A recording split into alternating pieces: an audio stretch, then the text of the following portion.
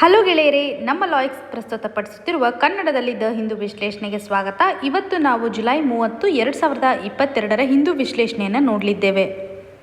ಇವತ್ತಿನ ಸುದ್ದಿ ವಿಶ್ಲೇಷಣೆಗೂ ಮುಂಚೆ ಇರುವಂತಹ ಸ್ಮಾಲ್ ಅನೌನ್ಸ್ಮೆಂಟ್ ಅಂದರೆ CSAT ಕೋರ್ಸನ್ನು ಸ್ಟಾರ್ಟ್ ಮಾಡಲಿದ್ದು, ಈ ಒಂದು ಕೋರ್ಸ್ಗೆ ರಿಲೇಟೆಡ್ ಇರುವಂತೆ ಅಥವಾ ಈ ಒಂದು CSAT ಪ್ರಿಪರೇಷನ್ ಯಾವ ರೀತಿಯಾಗಿರಬೇಕು ಅಂತ ಒಂದು ಓರಿಯೆಂಟೇಷನ್ ಸೆಷನನ್ನು ಆಗಸ್ಟ್ 1ನೇ ತಾರೀಕಂದು ಮಂಡೇ ಇದೆ 11 o'clock ಈ ಒಂದು ಸೆಷನನ್ನು ಅಟೆಂಡ್ ಮಾಡಬೇಕು ಅನ್ನುವಂಥ ಒಂದು ಇಚ್ಛೆ ಇದ್ದರೆ ಕೊಟ್ಟಿರುವಂತಹ ಕಾಂಟ್ಯಾಕ್ಟ್ಗೆ ಕಾಲ್ ಮಾಡಿ ರಿಜಿಸ್ಟ್ರೇಷನನ್ನು ಪಡ್ಕೋಬೋದು. ಅಥವಾ ಈ ಒಂದು ಪ್ರೋಗ್ರಾಮ್ಗೆ ರಿಲೇಟೆಡ್ ಇರುವಂಥ ಶೆಡ್ಯೂಲ್ ಏನಾದರೂ ನೀವು ನೋಡ್ತೀನಿ ಅನ್ನುವಂಥದ್ದಿದ್ದರೆ ಈ ಒಂದು QR ಕೋಡನ್ನು ಸ್ಕ್ಯಾನ್ ಮಾಡಿ ನಿಮಗೆ ಶೆಡ್ಯೂಲ್ ಯಾವ ರೀತಿಯಾಗಿದೆ ಅನ್ನೋದ್ರ ಬಗ್ಗೆ ಗೊತ್ತಾಗುತ್ತೆ. ಸೊ ಹೆಚ್ಚಿನ ಇನ್ಫಾರ್ಮೇಷನ್ ಏನೇ ಬೇಕಿದ್ದರೂ ನಂಬರ್ಗೆ ಕಾಲ್ ಮಾಡಿ ಮಾಹಿತಿಯನ್ನು ಪಡ್ಕೋಬಹುದು. ಇವತ್ತಿನ ಮೊದಲನೇ article, Kerala tops in holding assembly sittings in 2021. ಈ ಆರ್ಟಿಕಲನ್ನು ಸಿಲಾಬಸಲ್ಲಿ ನೋಡೋದಾದರೆ GS ಪೇಪರ್ 2 ನಡಿನಲ್ಲಿ ಪಾಲಿಟಿ ಆ್ಯಂಡ್ ಗವರ್ನೆನ್ಸ್ ಸೆಕ್ಷನಲ್ಲಿ ಅದರಲ್ಲೂ ಸ್ಟೇಟ್ ಲೆಜಿಸ್ಲೇಚರ್ಗೆ ಕನೆಕ್ಟ್ ಮಾಡ್ಕೋಬೋದು. ಸೊ ಇದರ ಒಂದು ಕಂಟೆಕ್ಸ್ಟ್ ಯಾವ ರೀತಿಯಾಗಿದೆ, ವಿಧಾನಸಭೆಯ ಸಿಟ್ಟಿಂಗ್ಗಳಿಗೆ ಎಷ್ಟು ದಿನಗಳನ್ನು ಒಂದು ಸ್ಟೇಟ್ ಗೌರ್ಮೆಂಟ್ ಇವಾಗ ಕೊಡ್ತಾ ಇದೆ ಅನ್ನೋದ್ರ ಮೇಲೆ ರ್ಯಾಂಕಿಂಗನ್ನು ಕೊಟ್ಟಿದ್ದಾರೆ. 2021 ರ್ಯಾಂಕಿಂಗ್ ನಡಿನಲ್ಲಿ ಕೇರಳ ಟಾಪ್ ಇರೋದನ್ನು ನಾವು ನೋಡ್ಬೋದು. ಸೊ ಕೇರಳ ಸರಿಸುಮಾರು 61 ದಿನಗಳಲ್ಲಿ ಈ ಒಂದು ಸೆಷನನ್ನು ಕಂಡಕ್ಟ್ ಮಾಡಿದೆ ಅಥವಾ ಅಸೆಂಬ್ಲಿ ಸಿಟ್ಟಿಂಗನ್ನು ಹೊಂದಿದೆ. ಸೆಕೆಂಡು ಒಡಿಶಾ ಇದೆ, ಥರ್ಡು ಕರ್ನಾಟಕ ಇರುವಂಥದ್ದು. ಇನ್ನು ಆಂಧ್ರ ಪ್ರದೇಶ್, ನಾಗಾಲ್ಯಾಂಡ್, ಸಿಕ್ಕಿಂ, ತ್ರಿಪುರ, ಡೆಲ್ಲಿ ಈ ಸ್ಟೇಟ್ಗಳು ಹಾಗೂ union territory Delhi less than 10 days ಸೆಷನನ್ನು ಕಂಡಕ್ಟ್ ಮಾಡಿದ್ದಾರೆ ಅಥವಾ ಸಿಟ್ಟಿಂಗನ್ನು ಹೊಂದಿದ್ದಾರೆ ಅನ್ನೋದನ್ನು ನಾವಿಲ್ಲಿ ಅಬ್ಸರ್ವ್ ಮಾಡ್ಬೋದು.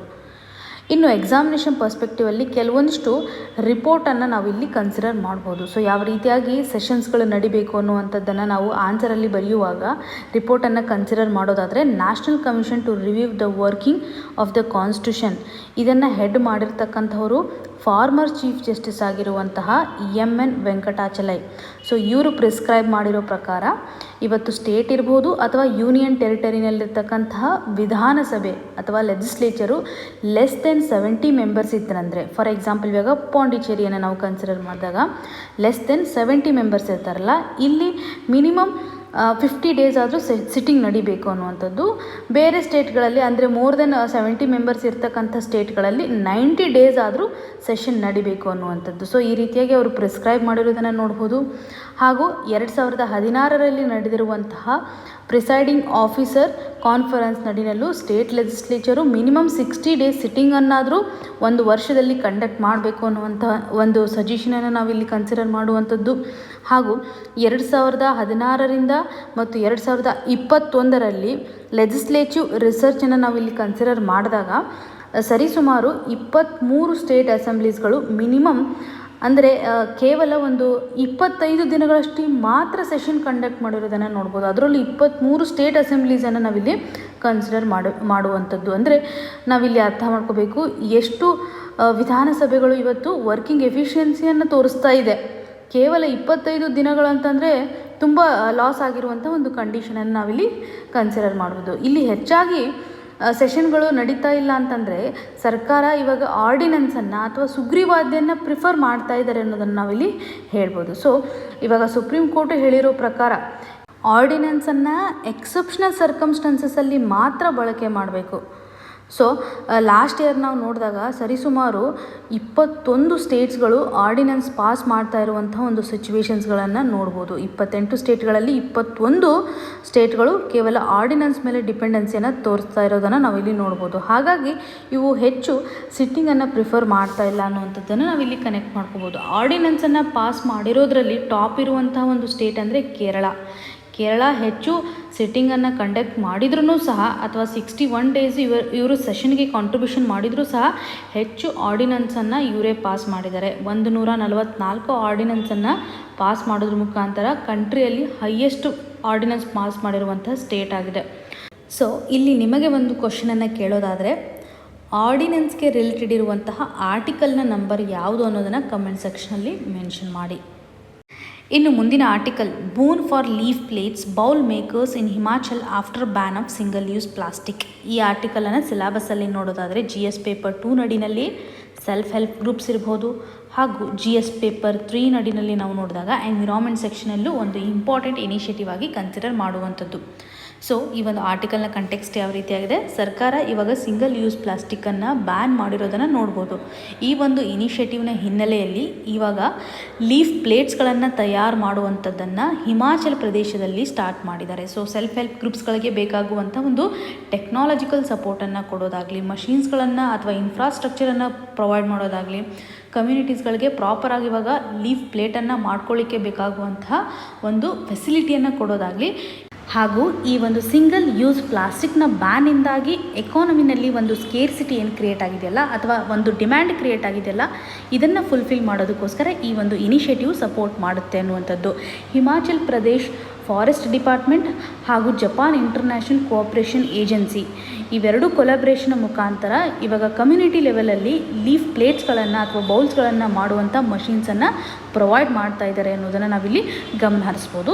ಸೊ ಈ ಒಂದು ಪ್ರಾಜೆಕ್ಟ್ನ ಟೈಟಲ್ ಯಾವ ರೀತಿಯಾಗಿದೆ, improvement of Himachal Pradesh forest ecosystem management and livelihood.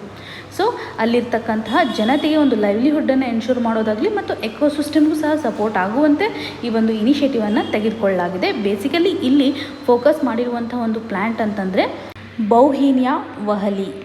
ಈ ಒಂದು ಲೀಫ್ ಪ್ರೊಡಕ್ಷನ್ಗೆ ಪ್ಲ್ಯಾಂಟೇಷನ್ನ ಒಂದು ಅವಶ್ಯಕತೆ ಇರುತ್ತಲ್ಲ, ಈ ಪ್ಲ್ಯಾಂಟನ್ನು ಪ್ರೊಡಕ್ಷನ್ ಮಾಡೋದಕ್ಕೋಸ್ಕರ ಅಥವಾ ಪ್ಲ್ಯಾಂಟೇಷನ್ ಮಾಡೋದಕ್ಕೋಸ್ಕರ ಹೆಚ್ಚಿನ ಒಂದು ಫೋಕಸನ್ನು ಇಲ್ಲಿ ಮಾಡ್ತಾ ಇದ್ದಾರೆ ಅನ್ನುವಂಥದ್ದು. ಸೊ ಲೀಫ್ ಮೇಕಿಂಗಲ್ಲಿ ಬೇಕಾಗಿರುವಂಥ ಒಂದು ಪ್ಲ್ಯಾಂಟ್ನ ನೇಮನ್ನು ಸಹ ನೀವು ನೆನ್ಪಿಟ್ಕೋಬೋದು. KPSC ಕೈಂಡ್ ಆಫ್ ಎಕ್ಸಾಮಿನೇಷನಲ್ಲಿ ಇದು ಹೆಲ್ಪ್ ಆಗ್ಬೋದು. ಹಾಗೂ ಈ ಒಂದು ಪ್ಲ್ಯಾಂಟು ಟ್ರಾಪಿಕಲ್ ಕ್ಲೈಮೇಟನ್ನು ಪ್ರಿಫರ್ ಮಾಡುತ್ತೆ. ಇನ್ನು ಸೆಲ್ಫ್ ಹೆಲ್ಪ್ ಗ್ರೂಪ್ಗಳಿಗೆ ಸಪೋರ್ಟ್ ಮಾಡೋದ್ರಿಂದ ಅವರ ಒಂದು ಲೈಫ್ ಕಂಡೀಷನ್ನು ಇಂಪ್ರೂವೈಸ್ ಆಗುತ್ತೆ ಅನ್ನುವಂಥ ಒಂದು ಎಕ್ಸಾಂಪಲನ್ನು ತೆಗೆದುಕೊಳ್ಬೋದು. ಎಕ್ಸಾಮಿನೇಷನ್ ಪರ್ಸ್ಪೆಕ್ಟಿವಲ್ಲಿ ಈ ಒಂದು ಇನಿಷಿಯೇಟಿವನ್ನು ನಾವು ಸರ್ಕ್ಯುಲರ್ ಎಕಾನಮಿಗೆ ಸಪೋರ್ಟ್ ಆಗುವಂತೆ ಇರ್ಬೋದು ಅಥವಾ ಎಕೋ ಫ್ರೆಂಡ್ಲಿ ಇನಿಷಿಯೇಟಿವ್ಸ್ಗೆ ಸಂಬಂಧಪಟ್ಟಂತೆ ಆನ್ಸರನ್ನು ಅಡ್ರೆಸ್ ಮಾಡುವಾಗ ಈ ರೀತಿಯಾದಂಥ ಎಕ್ಸಾಂಪಲ್ಗಳನ್ನು ಅಥವಾ ಸ್ಟೇಟ್ ಗೌರ್ಮೆಂಟ್ ತೆಗೆದುಕೊಂಡಿರುವಂಥ ಇನಿಷಿಯೇಟಿವ್ಸನ್ನು ಸಹ ನೀವು ಅಲ್ಲಿ ಮೆನ್ಷನ್ ಮಾಡ್ಬೋದು. ಇನ್ನು ಮುಂದಿನ article, Kerala keen to replace wheat with ragi from centre. ಈ ಒಂದು ಆರ್ಟಿಕಲನ್ನು ಸಿಲೆಬಸಲ್ಲಿ ನೋಡೋದಾದರೆ GS ಪೇಪರ್ 2 ನಡಿನಲ್ಲಿ ಹೆಲ್ತ್ ರಿಲೇಟೆಡ್ ಇರತಕ್ಕಂಥ ಇನಿಷಿಯೇಟಿವ್ಗೆ ಕನೆಕ್ಟ್ ಮಾಡ್ಕೋಬೋದು. ಹಾಗೂ GS ಪೇಪರ್ 3 ನಡಿನಲ್ಲಿ ಫುಡ್ ಸೆಕ್ಯೂರಿಟಿಗೂ ಸಹ ನಾವು ಇದನ್ನು ಕನೆಕ್ಟ್ ಮಾಡ್ಕೋಬೋದು.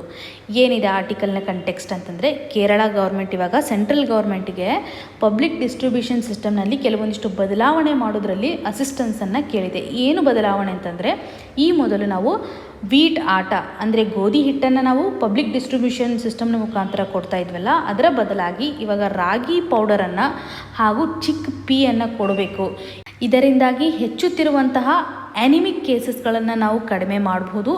ಲೈಫ್ ಸ್ಟೈಲ್ ರಿಲೇಟೆಡ್ ಇರುವಂತಹ ಡಿಸೀಸಸ್ಗಳು ಇವಾಗ ಹೆಚ್ಚಾಗ್ತಾ ಇದೆ. ಇದನ್ನು ತಡೆಗಟ್ಟೋದಕ್ಕೋಸ್ಕರ ರಾಗಿ ಪೌಡರು ಮತ್ತು ಚಿಕ್ ಪೀಯನ್ನು ಕೊಡಬೇಕು ಅಂತ ಇಲ್ಲಿ ಎಂಫಸೈಸ್ ಮಾಡಿದ್ದಾರೆ. ಸೊ ಎನಿಮಿಯಾ ಅಂದರೆ ಏನು ಅಂತ ನಿಮಗೆ ಬೇಸಿಕಲಿ ಗೊತ್ತೇ ಇರುತ್ತೆ. ಹಿಮೋಗ್ಲೋಬಿನ್ನ ಒಂದು ಕಂಟೆಂಟು ಕಡಿಮೆ ಇರುತ್ತೆ. ಇದರಿಂದ ಕೆಂಪು ರಕ್ತ ಕಣಗಳಲ್ಲಿ ಆಮ್ಲಜನಕವನ್ನು ಕ್ಯಾರಿ ಮಾಡತಕ್ಕಂತಹ ಕೆಪ್ಯಾಸಿಟಿ ಕಡಿಮೆ ಆಗುವಂಥದ್ದು. RBC ಆಕ್ಸಿಜನ್ ಕ್ಯಾರಿ ಮಾಡುವಂತಹ ಕೆಪ್ಯಾಸಿಟಿ ಕಡಿಮೆ ಆಗುತ್ತೆ. ಇದು ಆ್ಯನಿಮಿಕ್ ಕಂಡೀಷನ್ಸನ್ನು ನಾವು ನೋಡುವಂಥದ್ದು. ಸೊ ಇವಾಗ 2022 ಮತ್ತು 2023 ನಾವು ಇಂಟರ್ನ್ಯಾಷನಲ್ ಇಯರ್ ಆಫ್ ಮಿಲೆಟ್ ಅಂತ ಕರಿತಾ ಇದ್ದೀವಿ. ಸೊ ಹಾಗಾಗಿ ಇವಾಗ ರಾಗಿ ಪೌಡರನ್ನು ನಾವು ರೇಷನ್ ಕಾರ್ಡ್ ಹೋಲ್ಡರ್ಗೆ ಅಥವಾ ಪಬ್ಲಿಕ್ ಡಿಸ್ಟ್ರಿಬ್ಯೂಷನ್ ಸಿಸ್ಟಮ್ನ ಮುಖಾಂತರ ಪ್ರೊವೈಡ್ ಮಾಡೋದು ತುಂಬ ಇಂಪಾರ್ಟೆಂಟು. ಇದರಿಂದ ಅವರಿಗೆ ಅಡಿಕ್ವೇಟ್ ಆಗಿರುವಂಥ ಫುಡ್ ಸೆಕ್ಯೂರಿಟಿಯನ್ನು ಸಹ ಎನ್ಶೋರ್ ಮಾಡುವಂಥದ್ದು. ಅದರಲ್ಲೂ ಟ್ರೈಬಲ್ ಫ್ಯಾಮಿಲೀಸ್ಗಳಿಗೆ ನಾವು ಎಂಫಸೈಸ್ ಮಾಡ್ತಾ ಇದ್ದೀವಿ ಅನ್ನುವಂಥ ಒಂದು ಕನ್ಸರ್ನನ್ನು ಇವಾಗ ಕೇರಳ ಗೌರ್ಮೆಂಟ್ ಹೇಳ್ತಾ ಇರೋದಾಗಲಿ. ಇವಾಗ ನಾವು ಚಿಕ್ ಪೀಯನ್ನು ಅದನ್ನು ನಾವು actually protein rich white gram ಅಂತಲೂ ಸಹ ಕರಿತೀವಿ. ಇದನ್ನು ಪ್ರೊವೈಡ್ ಮಾಡೋದ್ರಿಂದ ಇವಾಗ ಬೇಕಾಗಿರುವಂತಹ ನ್ಯೂಟ್ರಿಷನ್ನು ಸಿಕ್ಕತ್ತೆ. ಟ್ರೈಬಲ್ ಪೀಪಲ್ಗೆ ಬೇಕಾಗಿರುವಂಥ ಒಂದು ನ್ಯೂಟ್ರಿಷನ್ನು ಸಿಕ್ಕತ್ತೆ. ಮಾಲ್ ನರಿಶ್ಡ್ ಕಂಡೀಷನ್ಸನ್ನು ಸಹ ಇದು ರೆಡ್ಯೂಸ್ ಮಾಡುತ್ತೆ ಅನ್ನೋದನ್ನು ನಾವಿಲ್ಲಿ ಅರ್ಥ ಮಾಡ್ಕೋಬೇಕು. ಒಟ್ಟಾರೆಯಾಗಿ ಪಬ್ಲಿಕ್ ಡಿಸ್ಟ್ರಿಬ್ಯೂಷನ್ ಸಿಸ್ಟಮ್ ನಡಿನಲ್ಲಿ ಇವಾಗ ನ್ಯೂಟ್ರಿಷಿಯಸ್ ಫುಡ್ಡನ್ನು ನಾವು ಪ್ರೊವೈಡ್ ಮಾಡ್ತಾ ಇದ್ದೀವಿ ಅನ್ನೋದನ್ನು ಈ ಒಂದು ಆರ್ಟಿಕಲಲ್ಲಿ ಎಂಫಸೈಸ್ ಮಾಡಿದ್ದಾರೆ. ನಿಮಗೆ ಇಲ್ಲಿ ಒಂದು ಕ್ವಶನನ್ನು ಕೇಳೋದಾದರೆ, ಹಿಡನ್ ಹಂಗರ್ ಅಂದರೆ ಏನು ಅನ್ನೋದನ್ನು ಕಮೆಂಟ್ ಸೆಕ್ಷನಲ್ಲಿ ಮೆನ್ಷನ್ ಮಾಡಿ. ಇನ್ನು ಮುಂದಿನ article, Jaishankar pushes for Chabahar port. ಈ ಆರ್ಟಿಕಲನ್ನು ಸಿಲೆಬಸಲ್ಲಿ ನೋಡಿದಾಗ GS ಪೇಪರ್ 2 ನಡಿನಲ್ಲಿ ಇಂಟರ್ನ್ಯಾಷನಲ್ ರಿಲೇಷನಲ್ಲಿ, ಅದರಲ್ಲೂ ಬಯಲ್ಯಾಟ್ರಲ್ ಗ್ರೂಪಿಂಗ್ ಆ್ಯಂಡ್ ಅಗ್ರಿಮೆಂಟ್ಸ್ ಹಾಗೂ ಇಂಡಿಯಾ ಇಟ್ಸ್ ನೇಬರ್ಹುಡ್ ನಡಿನಲ್ಲಿ ಕನೆಕ್ಟ್ ಮಾಡ್ಕೋಬೋದು. ಸೊ ಈ ಒಂದು ಆರ್ಟಿಕಲ್ನ ಕಂಟೆಕ್ಸ್ಟ್ ಯಾವ ರೀತಿಯಾಗಿದೆ, SCOಗೆ ಸಂಬಂಧಪಟ್ಟಂತೆ ಫಾರೆನ್ ಮಿನಿಸ್ಟ್ರ್ ಮೀಟಿಂಗ್ ನಡೆದಿದೆ. ಇದರಲ್ಲಿ ಭಾರತದ ಎಕ್ಸ್ಟರ್ನಲ್ ಅಫೇರ್ಸ್ ಮಿನಿಸ್ಟರ್ ಆಗಿರುವಂತಹ ಜೈಶಂಕರ್ ಅವರು ಪಾಲ್ಗೊಂಡಿದ್ದಾರೆ. ಅವರು ಭಾರತದ ಒಂದು ಕೋಆಪರೇಷನ್ ಯಾವ ರೀತಿಯಾಗಿದೆ ಇಂಟರ್ನ್ಯಾಷನಲ್ ಲೆವೆಲಲ್ಲಿ ಇರ್ಬೋದು ಅಥವಾ ನೇಬರಿಂಗ್ ಕಂಟ್ರೀಸಲ್ಲಿ ಇರ್ಬೋದು, ಗ್ಲೋಬಲ್ ಲೆವೆಲಲ್ಲಿ ಆಗ್ತಕ್ಕಂಥ ಕೆಲವೊಂದಿಷ್ಟು ಕ್ರೈಸಿಸನ್ನು ಈ ಒಂದು ಮೀಟಿಂಗಲ್ಲಿ ಎಂಫಸೈಸ್ ಮಾಡಿರೋದನ್ನು ನಾವಿಲ್ಲಿ ನೋಡ್ಬೋದು. ಸೊ ಮೊದಲೇದಾಗಿ ಅವರು ಚಬಹಾರ್ ಪೋರ್ಟ್ನ ಒಂದು ಇಂಪಾರ್ಟೆನ್ಸನ್ನು ಹೇಳಲಿಕ್ಕೆ ಟ್ರೈ ಮಾಡಿದ್ದಾರೆ. ಸೆಂಟ್ರಲ್ ಏಷ್ಯಾ ಮತ್ತು ಭಾರತದ ನಡುವೆ ಒಂದು ಟ್ರೇಡ್ ರಿಲೇಷನ್ಶಿಪ್ಪನ್ನು ಬೆಳೆಸ್ಕೊಳ್ಳೋದಕ್ಕೋಸ್ಕರ ಈ ಒಂದು ಪ್ರಾಜೆಕ್ಟ್ ಯಾವ ರೀತಿಯಾಗಿ ಸಹಕಾರಿಯಾಗಿದೆ ಅನ್ನೋದಾಗಲಿ, ಇನ್ನು ಚೈನಾ ಮತ್ತು ಪಾಕಿಸ್ತಾನದ ಒಂದು ಎಕನಾಮಿಕ್ ಕಾರಿಡಾರ್ ಇದೆಯಲ್ಲ, ಇದ್ರ ಮೇಲೆ ಪಾಕಿಸ್ತಾನದ ಫಾರಿನ್ ಮಿನಿಸ್ಟ್ರು ಸಹ ಪ್ರಮೋಷನ್ ಮಾಡ್ತಾ ಇರೋದನ್ನು ನಾವಿಲ್ಲಿ ಗಮನ ಹರಿಸ್ಬೋದು. ಹಾಗೂ ಭಾರತ ಅಫ್ಘಾನಿಸ್ತಾನ್ಗೆ ನೀಡಿರುವಂಥ ಒಂದು ಅಸಿಸ್ಟೆನ್ಸನ್ನು ಸಹ ಇಲ್ಲಿ ಹೈಲೈಟ್ ಮಾಡಲಾಗಿದ್ದು, ಉಕ್ರೈನ್ನ ಒಂದು ಕಾನ್ಫ್ಲಿಕ್ಟ್ಗೆ ಸಂಬಂಧಪಟ್ಟಂತೆ ಎನರ್ಜಿ ಕ್ರೈಸಿಸ್ಸು ಎಷ್ಟೊಂದು ಪ್ರಾಬ್ಲಮನ್ನು ಕ್ರಿಯೇಟ್ ಮಾಡಿದೆ, ಫುಡ್ ಕ್ರೈಸಿಸ್ ರೈಸ್ ಆಗಿರೋದನ್ನು ಸಹ ಇಲ್ಲಿ ನೋಡ್ಬೋದು. ಅಷ್ಟೇ ಅಲ್ಲದೆ ಈ ಒಂದು ಝೀರೋ ಟಾಲರೆನ್ಸನ್ನು ನಾವು ಟೆರರಿಸಮ್ಗೆ ಸಂಬಂಧಪಟ್ಟಂತೆ ಮಲ್ಟಿಲ್ಯಾಟ್ರಲ್ ಗ್ರೂಪಿಂಗ್ ಯಾವ ರೀತಿಯಾಗಿ ಕಾರ್ಯವನ್ನು ನಿರ್ವಹಿಸಬೇಕು ಅಥವಾ ಅದರ ಒಂದು ರೆಸ್ಪಾನ್ಸ್ ಎಷ್ಟು ರಿಕ್ವೈರ್ಡ್ ಇದೆ ಅನ್ನೋದ್ರ ಮೇಲೆ ಎಂಫಸೈಸ್ ಮಾಡಿರೋದನ್ನು ಸಹ ನಾವಿಲ್ಲಿ ಕನೆಕ್ಟ್ ಮಾಡ್ಕೋಬೋದು. ನಮಗೆ examination perspectively Chabahar project important. So ಏನಿದು ಚಬಹಾರ್ ಪ್ರಾಜೆಕ್ಟ್ ಅಂತಂದರೆ, ಸೆಂಟ್ರಲ್ ಏಷ್ಯಾ ರೀಜನನ್ನು ಎಕ್ಸೆಸ್ ಮಾಡೋದಕ್ಕೋಸ್ಕರ ಭಾರತ ಒಂದು ಟ್ರೈಲ್ಯಾಟ್ರಲ್ ಪಾರ್ಟ್ನರ್ಶಿಪ್ಪನ್ನು ಮಾಡ್ಕೊಂಡಿರುವಂಥದ್ದು. ಸೊ ಟ್ರೈಲ್ಯಾಟ್ರಲ್ ಪಾರ್ಟ್ನರ್ಶಿಪ್ ಅಂತಂದರೆ ಯಾವ್ಯಾವ ಕಂಟ್ರೀಸ್ಗಳಿದ್ದಾವೆ, ಇದರಲ್ಲಿ ಇರಾನ್ ಇದೆ ಮತ್ತು ಅಫ್ಘಾನಿಸ್ತಾನ ಮತ್ತು ಇಂಡಿಯಾ. ಈ 3 ಕಂಟ್ರೀಸ್ಗಳು ಇವತ್ತು ಈ ಒಂದು ಚಬಹಾರ್ ಪೋರ್ಟ್ನ ಮುಖಾಂತರ ಸೆಂಟ್ರಲ್ ಏಷ್ಯನ್ ಕಂಟ್ರೀಸ್ಗಳನ್ನು ಎಕ್ಸೆಸ್ ಮಾಡೋದಕ್ಕೋಸ್ಕರ ಒಂದು ಟ್ರೈಲ್ಯಾಟ್ರಲ್ ಅಗ್ರಿಮೆಂಟನ್ನು ಹಾಕ್ಕೊಂಡಿದೆ. ಕಾಂಡ್ಲಾದಿಂದ ಇಲ್ಲಿ ಚಬಹಾರ್ ಪೋರ್ಟನ್ನು ರೀಚ್ ಮಾಡೋದ್ರ ಮುಖಾಂತರ ಈ ಒಂದು ಪೋರ್ಟ್ನ ಮುಖಾಂತರ ಭಾರತ ಇವಾಗ ಸೆಂಟ್ರಲ್ ಏಷ್ಯಾವನ್ನು ಎಕ್ಸೆಸ್ ಮಾಡೋದು ಮತ್ತು ಟ್ರೇಡ್ಗೆ ಸಂಬಂಧಪಟ್ಟಂತಹ ಕೋಆಪರೇಷನನ್ನು ಡೆವಲಪ್ ಮಾಡೋದಕ್ಕೋಸ್ಕರ ಈ ಒಂದು ಪ್ರಾಜೆಕ್ಟನ್ನು ಹಾಕ್ಕೊಂಡಿದೆ ಅಂತ. ಇದರ ಜೊತೆಗೆ ಈ ಒಂದು ಪ್ರಾಜೆಕ್ಟು ಇವಾಗ ಚೈನಾ ಮಾಡ್ತಕ್ಕಂತಹ ಎಕ್ಸ್ಟೆನ್ಷನ್ ಪಾಲಿಸಿ ನಡಿನಲ್ಲಿ ಬೆಲ್ಟ್ ಆ್ಯಂಡ್ ರೋಡ್ ಇನಿಷಿಯೇಟಿವ್ಸ್ ಅಂತ ನೋಡ್ತೀವಿ, one belt one road initiative project ನಡಿನಲ್ಲಿ ಅವರು ಈ ಒಂದು ಗ್ವಾದಾರ್ ಪೋರ್ಟ್ನ ಮೇಲೆ ಫೋಕಸ್ ಮಾಡಿರೋದು. ಪಾಕಿಸ್ತಾನದ ಒಂದು ಪಾರ್ಟ್ನರ್ಶಿಪ್ಪಿಂದ ಅವರ ಒಂದು ಡೆವಲಪ್ಮೆಂಟನ್ನು ನಾವು ನೋಡ್ಬೋದು. ಇಲ್ಲಿನೂ ಸಹ ಭಾರತಕ್ಕೆ ಒಂದು ಸೆಕ್ಯೂರಿಟಿಯನ್ನು ಎನ್ಶೋರ್ ಮಾಡ್ದಂಗೆ ಆಗುತ್ತೆ ಅನ್ನುವಂಥದ್ದು. ಸೊ ಈ ಒಂದು ಕನೆಕ್ಟಿವಿಟಿ ನಮಗೆ ಒಂದು ಗೋಲ್ಡನ್ ಅಪಾರ್ಚುನಿಟಿ ಥರ ಸೆಂಟ್ರಲ್ ಏಷ್ಯನ್ ಕಂಟ್ರೀಸ್ಗಳಿಗೆ ಬೇಕಾಗುವಂಥ ಒಂದು ಎಕ್ಸೆಸ್ ಸಿಕ್ಕುತ್ತೆ ಅನ್ನೋದನ್ನು ನಾವಿಲ್ಲಿ ನೋಡ್ಬೋದು. ಇದು ಕನೆಕ್ಟಿವಿಟಿ ಬೇಸ್ಡ್ ಒಂದು ಪ್ರಾಜೆಕ್ಟ್ ಆಗಿದೆ ಅನ್ನೋದು ನಿಮಗೆ ಕ್ಲಿಯರಾಗಿ ಗೊತ್ತಿರಲಿ. ಇನ್ನು ಈ ಒಂದು ಜಿಯೋಗ್ರಫಿಕಲ್ ಲೊಕೇಶನ್ ಚಬಹಾರ್ ಪೋರ್ಟ್ ಎಲ್ಲಿದೆ ಅನ್ನೋದು ನಮಗೆ ಇಂಪಾರ್ಟೆಂಟು. ಲೊಕೇಶನನ್ನು ನಾವು ಅಬ್ಸರ್ವ್ ಮಾಡಿದಾಗ ಅರೇಬಿಯನ್ ಸಿ, ಅದರಲ್ಲೂ ಗಲ್ಫ್ ಆಫ್ ಒಮನ್ ಅಂತ ನೀವು ನೋಡ್ತಿದ್ದೀರಲ್ಲ, ಇದರ ನಿಯರ್ ಇದೆ ಅನ್ನೋದು ನಿಮಗೆ ಗೊತ್ತಿರಲಿ. ಮ್ಯಾಚ್ ದ ಫಾಲೋಯಿಂಗ್ ಕ್ವಶನ್ಸಲ್ಲಿ ನಾವು ಎಕ್ಸ್ಪೆಕ್ಟ್ ಮಾಡ್ಬೋದು. ಈ ಒಂದು ಗ್ವಾದಾರ್ ಪೋರ್ಟನ್ನು ಕ್ರಿಯೇಟ್ ಮಾಡಿರೋದು ಚೈನಾ.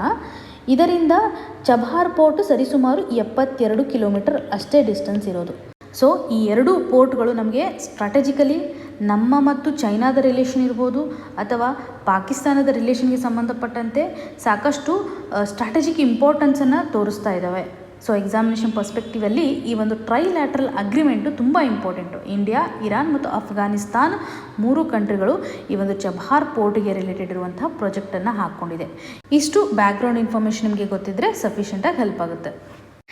ಇನ್ನು ಮುಂದಿನ article, Manas reserve has 2.4 tigresses for every tiger. ಈ ಒಂದು ಆರ್ಟಿಕಲನ್ನು ಸಿಲೆಬಸಲ್ಲಿ ನೋಡೋದಾದರೆ GS ಪೇಪರ್ 3 ನಡಿನಲ್ಲಿ ಎನ್ವಿರಾನ್ಮೆಂಟ್ ಸೆಕ್ಷನ್ಗೆ ಸಂಬಂಧಪಟ್ಟಂತೆ ಕನ್ಸರ್ವೇಷನಲ್ಲಿ ಕನೆಕ್ಟ್ ಮಾಡ್ಕೋಬೋದು, ಬಯೋಡೈವರ್ಸಿಟಿ ಕನ್ಸರ್ವೇಷನ್ಗೆ ಕನೆಕ್ಟ್ ಮಾಡುವಂಥದ್ದು.